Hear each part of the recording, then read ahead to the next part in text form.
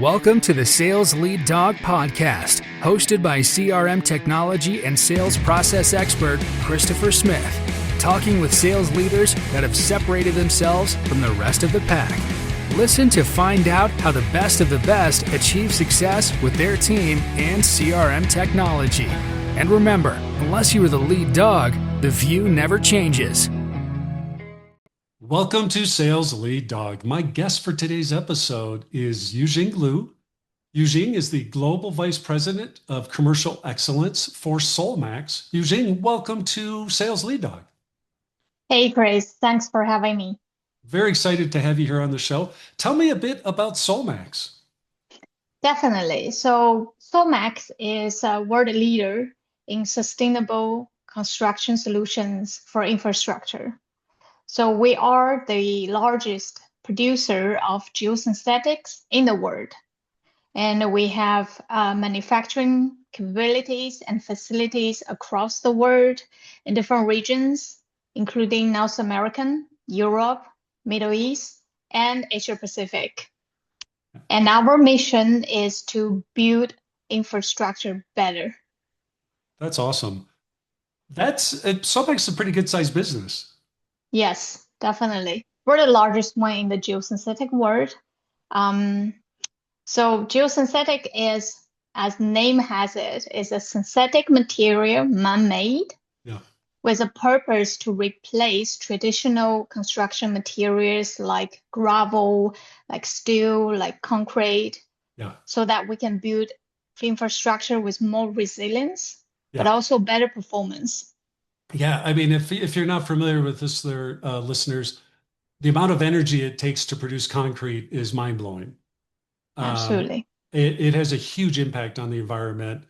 And I mean, just look around, go anywhere, go for a drive. More than likely you're driving on concrete. It's everywhere. So the more you can impact that, I think the better off we'll all be, correct? Yeah, absolutely. We have been existing in this world for more than 50 years as a material. We're still relatively small in terms of our size in the construction world. Is it because we are applying to all different kind of applications, but there's a long way to go in the future, especially today with the need of resilient infrastructure is higher and higher. Definitely. Yeah. That's awesome. That's exciting. Yujing, when you look back over your career, if you were able to sum it up to just three things, what would the three things be that have really led to your success? Yeah, I wouldn't say I have a big success today, but I've learned a ton of things by doing different jobs. If I really need to narrow it down to three things, which actually, by the way, I share a newsletter on LinkedIn talking about leadership lessons, and I share those as well. So number one, I would say is curiosity. Asking why. I ask tons of whys. And sometimes my colleagues in the room will roll their eyes because I ask so many. But by the end of the day, really, I think by asking why and keep asking is really my secret weapon to find better ways to do things. Yeah, so that's number one. And the number two is really never stop learning. It's anything new at any stage of your life. If you keep that curiosity and keep learning, keep open mind, it's where you always feel fresh at your job and at your work. And keep that mindset of keep learning, and you will never have, it calms my anxiety time from time because I'm learning new things. It's really refreshing. And that's number two. And I think the last thing I think is very important for me, because I'm not an English native speaker and I travel across the world working for different companies. Actually, one time I worked for a French company for a long period of time. For me, having confidence in yourself is very important. And I am a believer that confidence can be learned, can be taught. through training, even if you were not born with it. I was not a very confident people when I was younger in my career, but I made a focus on it. I practice, I train myself, I reflect every occasion I didn't act confidently. I think I have become much more confident today, and it does help me a lot because when you're confident, and others will have more confidence on you as well. Oh, I couldn't agree more. I'm naturally a very shy person. When I grew up, relatives would visit, I would hide in my room all day. I was the only people I would talk to are basically my family. Yeah, And, as I became an adult, that still is there. That core of there it's still there, but I can't be shy and sell. right. I had to find a way to overcome that. So I started watching people Hmm. that would come into a room and they would just own the room. Right. And so I started what are they doing? And I started emulating that, Hmm. and it became a lot more natural. It's still something I have to think about and remind myself to do. It doesn't come naturally per se, not all the time. Right. It's way more natural than it used to be. But I agree that you can learn to be confident. It doesn't Yes, have to be innate. It doesn't have to just be there. You can learn it. exactly. Yeah, it's something can be nurtured. Absolutely. Yeah, exactly. And sometimes maybe we don't feel so confident, when things aren't going well. But you have to find a way through that. I mean, that's sales, right? Yes, and it's a muscle that you practice, right? Yeah. Over time, you really get better on it. And it build on, like a small incremental success, and Yeah. you add confidence over time, it start to become more and more natural. It doesn't mean you have to be unauthentic. You can still be a very introvert person, but when you come to your sales show or talk show, you can show the Yeah. aspect that you're confident about. Oh, Yeah. yeah. Now I imagine when you were about to graduate from college, you weren't thinking about a career in sales. Is that Mhm. correct? What were you pursuing when you left college? Absolutely. Actually, I started as a financial auditor in KPMG for, a couple of years as my first job. And I did that for about 5 years. And then I quit basically and decided I'm going to stop working for a while. So that's when I went to France to study my MBA. And that's just started my journey of experiment, trying different things. I did corporate marketing. I did, analytical consulting and different kind of things, and then ended up in the commercial role. Yeah, Yeah, indeed. that's awesome. And how is that as you're saying you're going to experiment, you're going to try things. Hmm. How do you think that's really led to the success that you've achieved? Because I imagine you said curiosity Hmm. is probably a big element of that, right? Right, absolutely. I mean, always being curious means that you are always willing to accept new challenges. And I'm always looking for challenges. I mean, for me, setback is what I need to grow and to become better at things I do. So the more I can acquire them in the shorter period of time, the faster I can get to my goal. So for me, commercial has always been something I'm very interested in. I want to understand, how we connect with people and how we make sure that we bring value to the customers, especially being in front of customers, understand their pain points.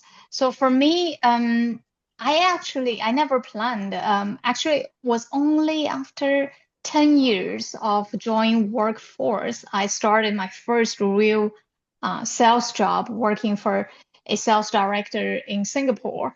At the time, it's really you look back, you just realize how life had planned for you. It's like things start to connect dots. Whatever I did in corporate marketing helped me to look into market data analysis. What I did in consulting helped me to ask right questions.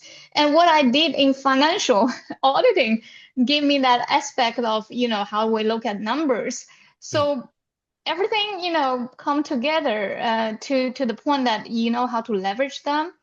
And I do think people need to experiment to try, I'm a big, calling for people to do not settle until you find your passion, because I believe people should do what they're good at and really thrive in, what they're passionate for.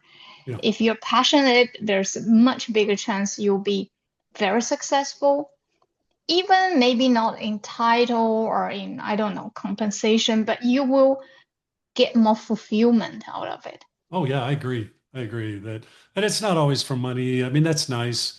Titles are nice, but when it comes right down to it, it's so much more the relationships we have, the relationships we're forming. As you're saying, the learning that we're going through, the experiences that we're going through, that's what it's really about. Absolutely. Hey, we're taking a quick break to thank you for listening to and supporting the Sales Lead Dog podcast. I want to take a moment and tell you about my book, CRM Shouldn't Suck. If your CRM feels more like a black hole for data than something that actually helps your team sell, you're not alone. The book breaks down why CRMs fail for so many businesses and what you can do about it. No fluff, just real strategies that work. So go to crmshouldn'tsuck.com to order your free copy right now. That's right, we're giving it away. And while you're there, take 2 minutes to check out the CRM Impact Score. It's a quick diagnostic that shows you how your CRM is really performing, where it's helping you and where it's hurting you. You'll get a personalized report with clear, actionable next steps you can start right away to maximize your CRM investment. We've also got blogs, videos, and a bunch of other resources to help you finally get the results you were promised when you bought your CRM. And if you're watching on YouTube, hit that like button and make sure to subscribe so you don't miss any future episodes of Sales Lead Dog. Okay, let's get back to this episode of the Sales Lead Dog podcast. When I basically quit my job when I was working in Shanghai in China at the time, I packed 2 big bags myself and then just, bought the first tickets, and I did my study in France. And at the time, I didn't even speak a word of French. And over time, I made some friends and I started to learn the language and the culture, and then eventually worked there for 5 years. Yeah. Meanwhile, I got married there and had my first son there as well. So, life is full of surprises that you don't plan for. Yeah. Oh, I bet. Yeah. I bet.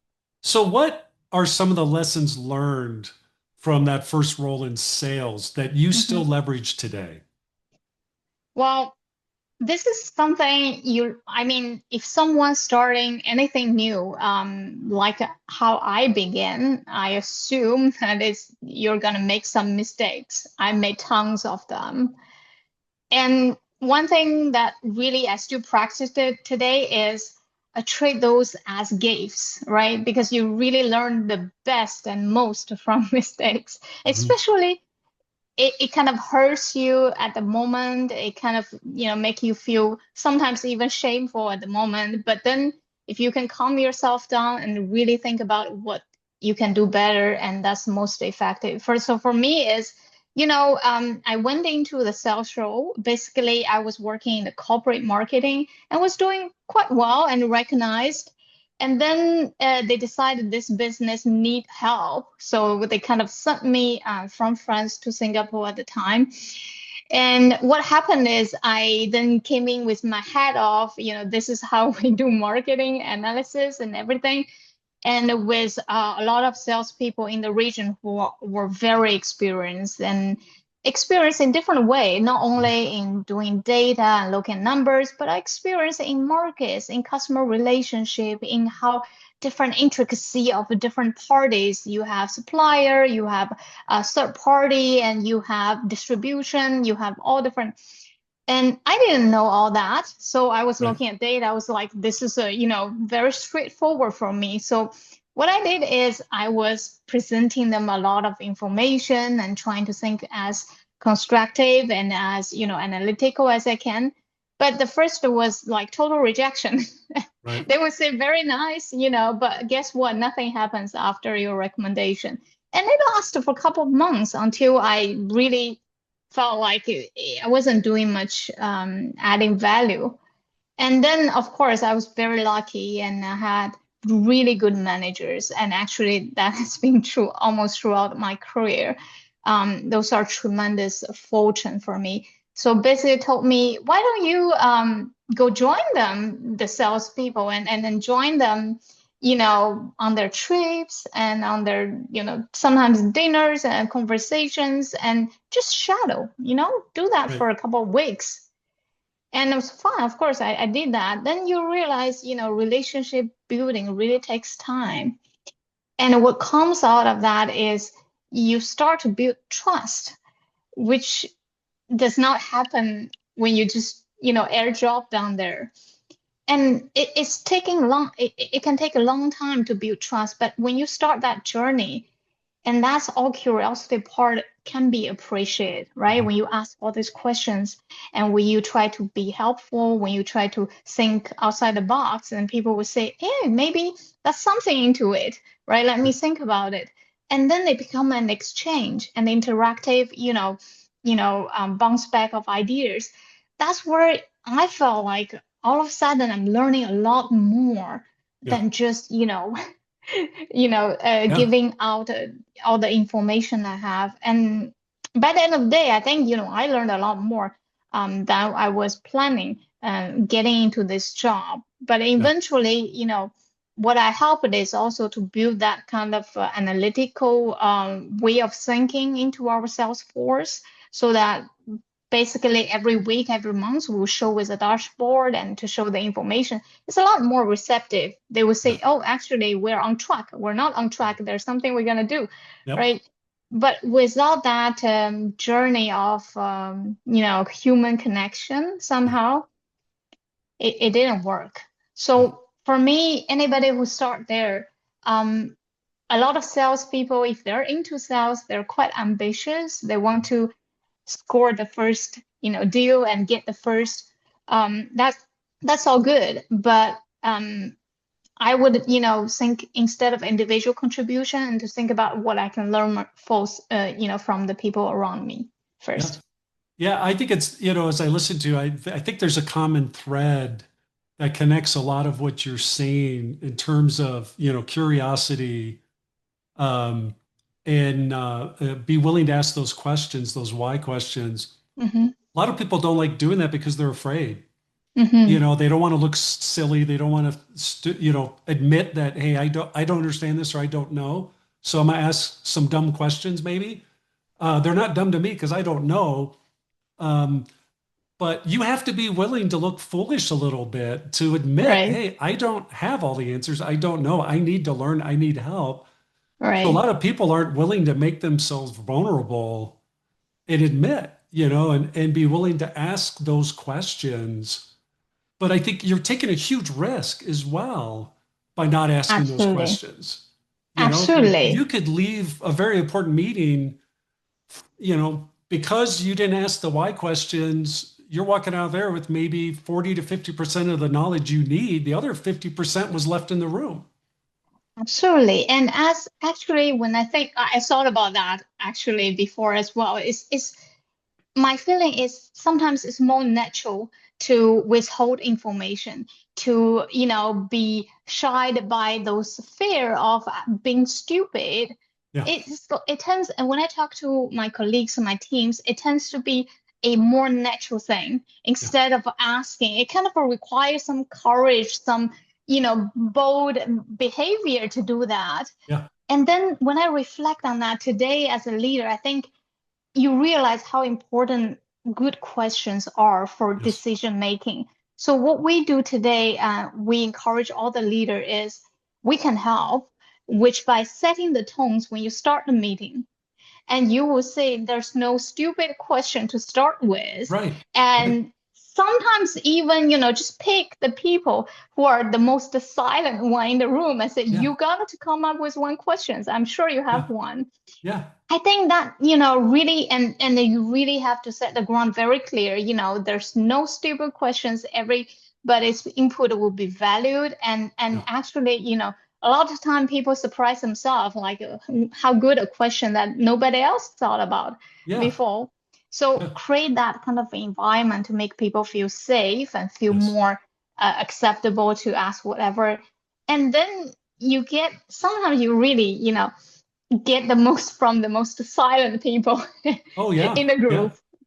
For sure. I mean, I always, the way I tee it up when we do discovery calls for implementing CRM I say the same thing. Look, we may ask questions that you think are totally silly, Hmm. but there's a reason why we're asking them is we don't want to make any assumptions. We don't want to come in here with our perspective that may be skewed to your perspective. We may be thinking red and you're thinking yellow.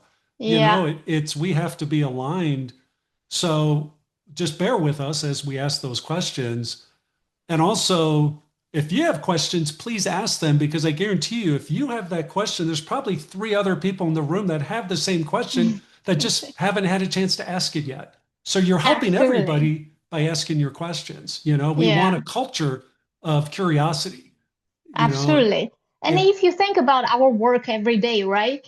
If you don't have questions, if you don't ask them, it's like you're working individually, right? Like yeah, everybody get in. Why we come together to have this meeting, this conference, of this workshop? It's because we want to solicit everybody's idea. It's yeah, because an individual cannot accomplish this work, and we need this group mindset and group, yes, curiosity. So it's really, I think it's very important leaders really encourage that because everybody has a different personality. yeah, Somebody can be more timid than the others, and you really want to get the best out of everybody yes, that was present.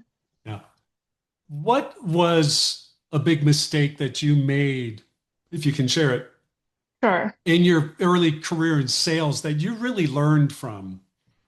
I made tons of mistakes. I mean, like I'm still making these days, but I get more experience working with them and I do reflect a lot. And there's a mistake that, I made actually early on, not so long ago. It's when we were working on building the budget for the year, right? We were looking at how team was doing in the last year and look forward for the prospect and pipeline of next year. And the mood at the moment is we didn't do that well that year. We need to do better. We always want to do better. Yeah, And so we really want to motivate people, which I've done a lot of things to say we can do better. We're capable, and we just need to put things together, fix a few issues here and there. But we are.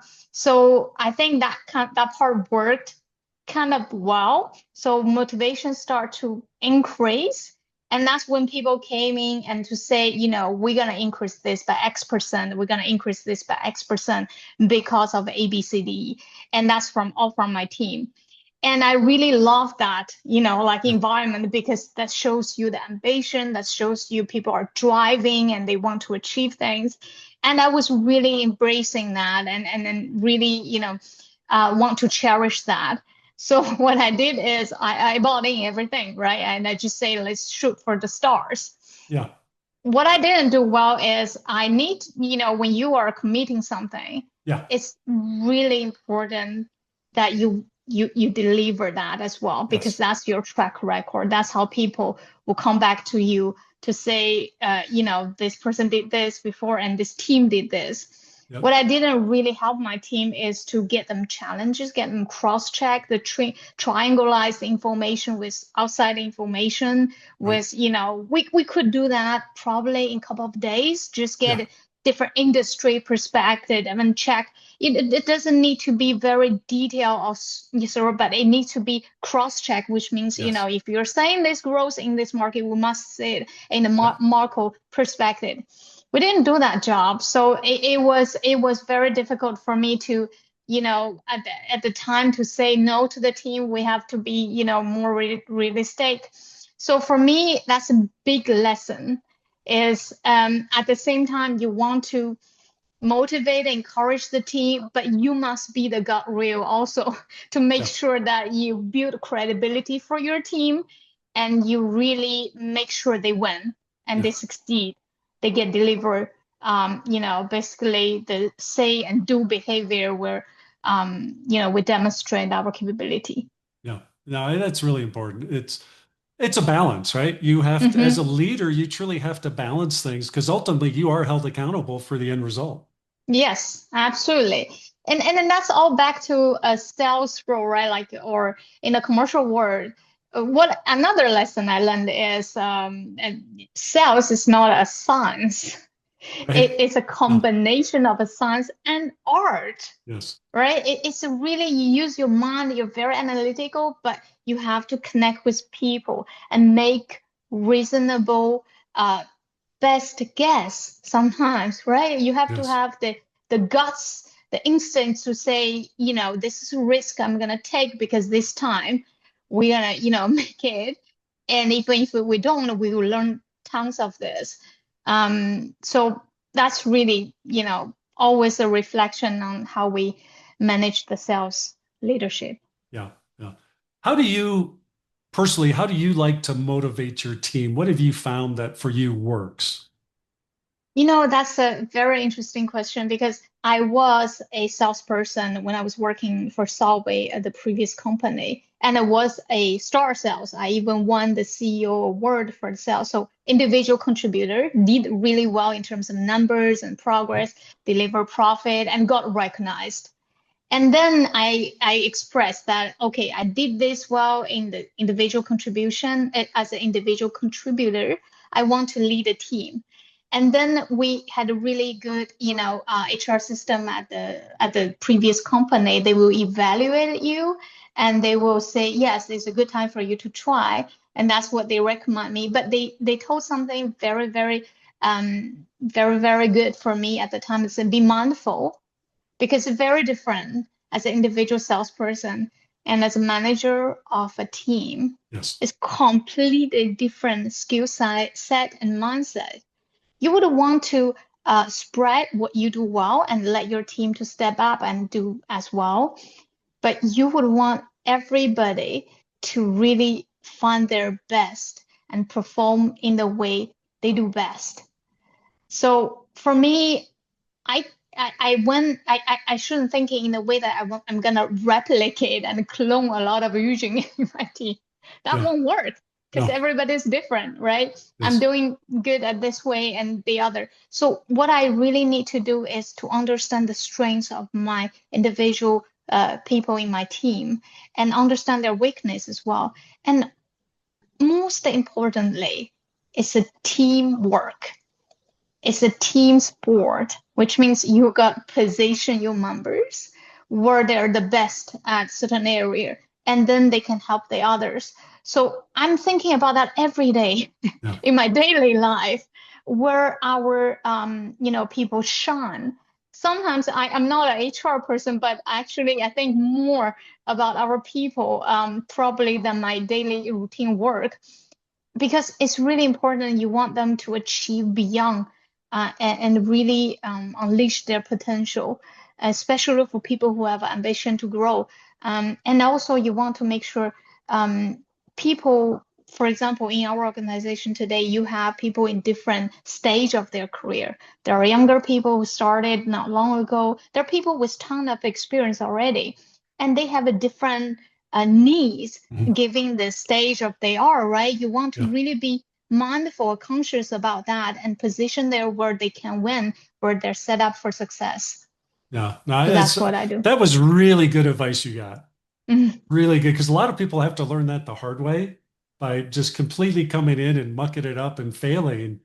And then Right, somebody pulling them aside and saying, yeah, you can't create a bunch of clones. right. It's Yeah, you have to let people be who they are, but you still yeah, have to tease out of them, like you yes. said, their strengths, what is going to work for them and help them focus in that area. I read this book years ago. I was very young in my first leadership role. Um, I wish I had this book still. It was a wonderful book, but the whole concept was manage through strengths. Mm, Identify what the strengths are in those individuals and manage them to the strengths. And the more yes, you build up their strengths, their weaknesses will follow. yes. And their weaknesses will actually develop if they're effectively growing their strengths, they won't be as important anymore, Right. I and I've always completely remembered agree. that. Yeah, I completely agree with that theory. And actually, I've used that in myself as well. Yeah. Wherever you shine and Yes. you really, that's what I'm saying. You got to pursue your passion. That's where Yes. you love best. And Yeah. that's where you can do. And guess what? Nobody's perfect. Nobody's No, gonna have no weakness or no, but you're that's gonna right. focus on your strengths and keep Yeah. practicing and get, I get this very interesting question from, some of the people I talk to or I mentor, especially when they were a little bit young, earlier in this career, they would come to me and say, should I become a specialist in the area or Right. should I become a generalist, like Right. really try to, and they were debating, right? I don't have answers for that No. actually.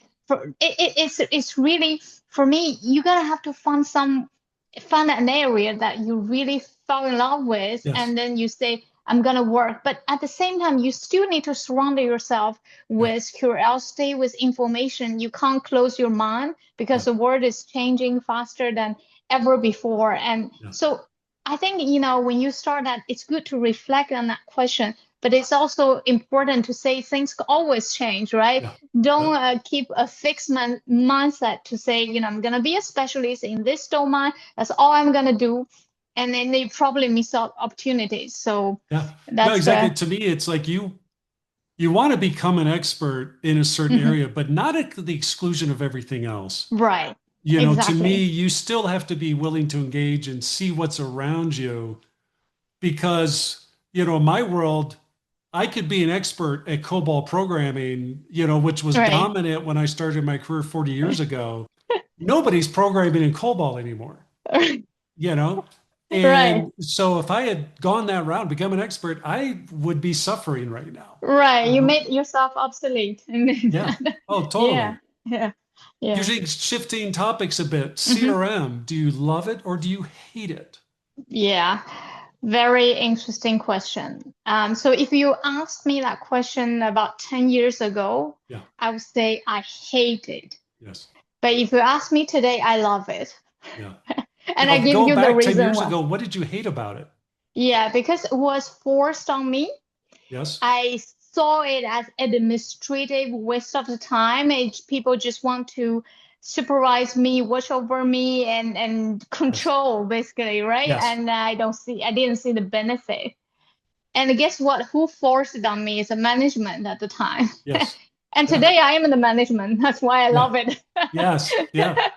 No, Yeah. I think, today I really see, actually, even after, a couple of years in the sales role, as long as you start to really open your mind again, Yes. embrace it, and take whatever you can benefit from it, and you will see the benefits that it gives you. Yeah.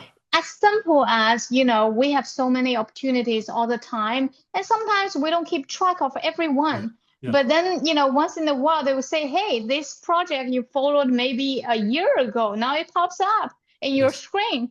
And guess Yes. what? That's something we can, leverage, and we should, right? Yep. We're in this modern age of technology and with all this AI. That's a minimum, but that's really an administrative side. But today, what I think, really useful is to give us insight so Yes. that we can do analysis, we can become better at learning customer pain points. Even sometimes they don't share that much with us, but also to understand, information, or like you said earlier, if a Yeah. person has a question, it most likely there are three other person has the same question. Yes. So by being able to leverage that in the system, in a systematic way, we can identify those opportunities where we have a lot of question on the same area. And then we know, okay, this is where we're going to have to do something Yeah. and to improve, to fix, because that's the value that, the Yeah. system help us identify. Yeah. If I gave you a magic wand that could fix one thing with CRM, what would you use your magic wand on? So really, I would like to have the analytical analysis part be more user friendly and intelligent in the way like today there are different kinds of a system, right? The way it builds is take a lot of information from your business activities, and then it present in the quite constructive and very organized way, but it's a presentation. Yes. It's I would really be more beneficial if it's generate insights. Yes. Automated, it generates recommendation. It doesn't mean that I'm gonna, but it's kind for reference. I think with the technology today we can do that, but with your own, it's kind of have your own AI for your own your own business, right? How powerful that can be. Yeah, that's awesome. Yujing, we're at our time here on Sales Lead Dog. It always goes by so fast. I see that every episode because it does every episode. I look at my clock and I'm like, my gosh, it's already time. If people want to reach out and connect with you, if they want to learn more about Solmax, what's the best way for them to do that? Yeah, they can definitely go to our website, solmax.com. They can reach me out directly through LinkedIn. And by the way, as I mentioned, I write a newsletter on leadership. So if you're interested in leadership stories, feel free to contact and exchange. Welcome all the thoughts. That's awesome. If you didn't catch that, don't worry about it. We will have all that information, including how you can sign up for her newsletter, in our show notes. You can get that at impellercrm.com/sales lead dog. So be sure to check that out. Subscribe so you get all our future episodes of Sales Lead Dog. We're pushing 160 episodes now, I think. So be sure to check that out. Yujing, thank you so much for coming on Sales Lead Dog, and welcome to the Sales Lead Dog Pack. Thank you so much, Chris. It was a joy to have this conversation with you. Thank you. As we end this discussion on Sales Lead Dog, be sure to subscribe to catch all our episodes. On social media, follow us on LinkedIn, Facebook, and Instagram. Watch the videos on YouTube, and you can also find our episodes on our website at impellercrm.com/Sales Lead Dog. Sales Lead Dog is supported by Impeller CRM, delivering objectively better CRM for business, guaranteed.